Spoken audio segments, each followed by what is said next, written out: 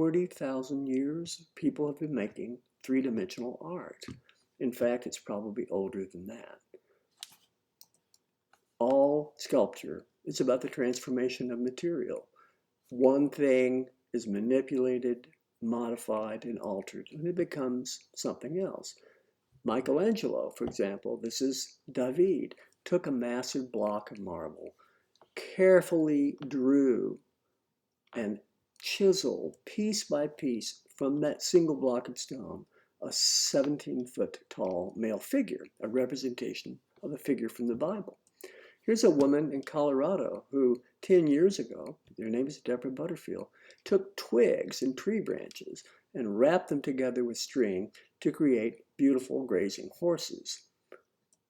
Here's a young man in Minnesota in 1992 who actually took a house in a neighborhood, a very poor neighborhood in Minneapolis, cut the house in two, undercut the foundation so the house cracked down the middle, and created a giant metaphor for broken homes, broken families, and sociological realities in inner city America. Again, all sculpture is about a choice of material and a manipulation of material, combined with the artist's intent. Remember that context is critical for understanding any sculptural piece, and this is a carved wooden face made in the 19th century in Central Africa, representing the spirits of good and evil, used in a ritual by a medicine man in the healing of a sick patient. If we're going to make sculpture in the class, we need to decide what our goals are. We need to figure out what materials we can easily access, and we need to be playful and have an open-minded attitude about what the outcome will be. Here's a young man that took pieces of wood that he found in the neighborhood. Notice that each twig he picked up was slightly reminiscent of an animal, and he created by selecting various pieces of wood, screwing them together with tiny screws, these beautiful, whimsical, otherworldly figures. So again, sculpture is about material and what we do when we change it with intention and with tools. This is a 40,000-year-old piece in the middle of a cave in southern France, made from a mound of soft clay, representing a woman with a horn in her hand, and possibly she's pregnant. And we don't know why it was made or who exactly made it. It wasn't signed, but it was deep in a cave. It was 350 feet from the entrance of the cave, and it has hundreds, if not thousands, of footprints that have calcified in the floor around the piece of stone, suggesting that people came to this site to look at this piece of sculpture and what meaning did it have to them, a cultural significance. We don't know, but we do know that people have been making sculpture since the beginning of our experience on Earth. So if we use the mantra, mastery of materials, let's be playful, let's explore, let's see what we can do. Another old example is a needle made in the Paleolithic times, made out of the bone of an animal that they had killed. And the animal, the ibis, was hunted with primitive tools. The animal was killed, they took the leather, they took the meat, they took the bones, they used every bit of the animal. And this is actually a sewing needle made from a fragment of a bone. But look at the top and notice the carefully carved small horse figure. Why, in a time like this, would they take the labor and stop what they're doing to carve an image on a practical tool? Why would people do that under such times of stress? Again, the magic significance, what it meant to the culture. Those are things we don't understand. Michelangelo, in this example, carved a Virgin Mary and Jesus out of a single block of stone. One slip, and it would crack the stone. Extraordinary mastery. Greek culture in this slide represents the goddess Athena. This is what they believe the Acropolis, the temple in Athens, looked like. This is a huge 55-foot tall image of a powerful goddess in a dark room with sunlight pouring in from all sides. It must have been horrifying and breathtaking and exquisite to a group of people who, by and large, were divided down the middle.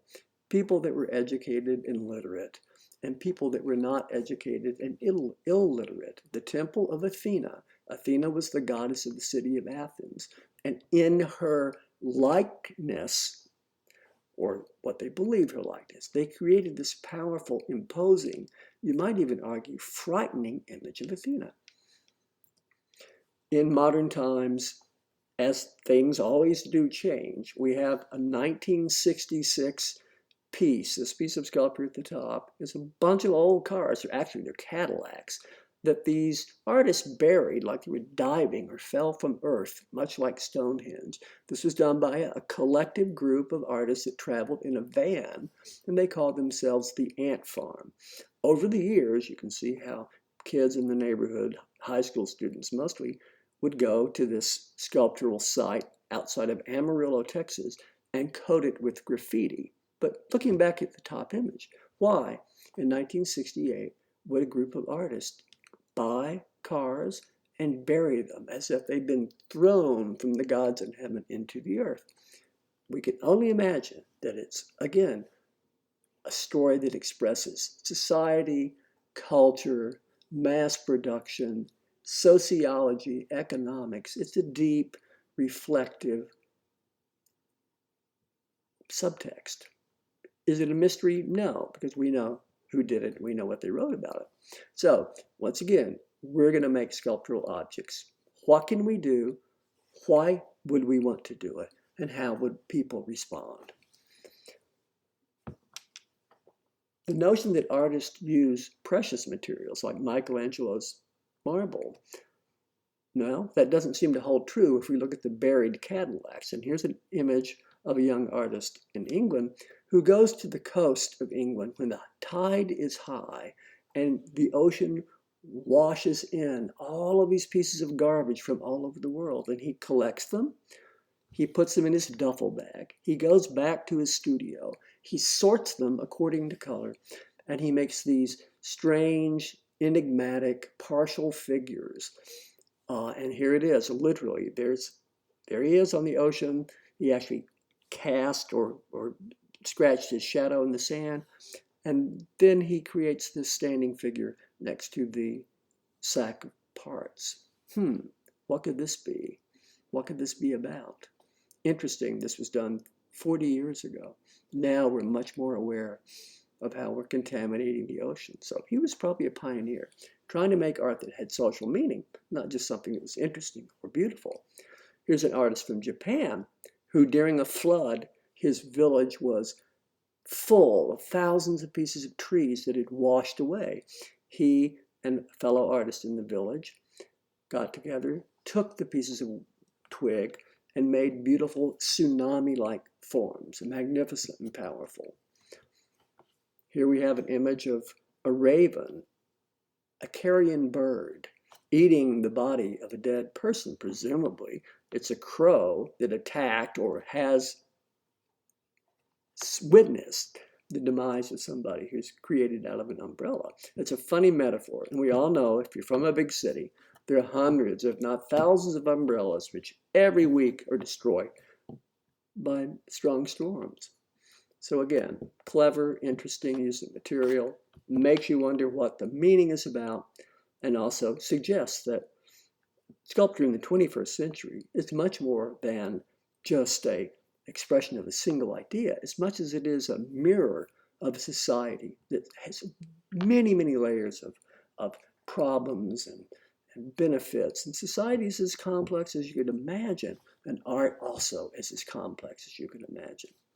This is Bill Woodrow from England. I love these works, beautiful recycled materials. So, to sum it all up, what will we do? Number one, we need to start gathering materials. Open a drawer, open a closet. Look in somebody else's room. Go out in the yard. Look at twigs that have fallen.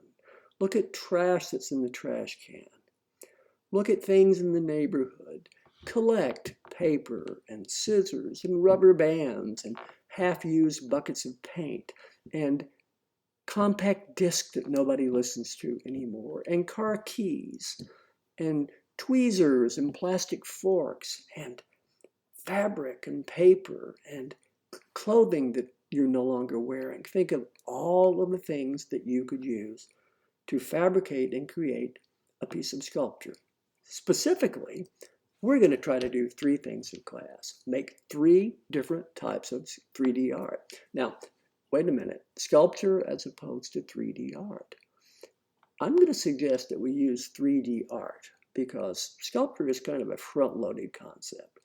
Something that's 3-dimensional is a little more neutral.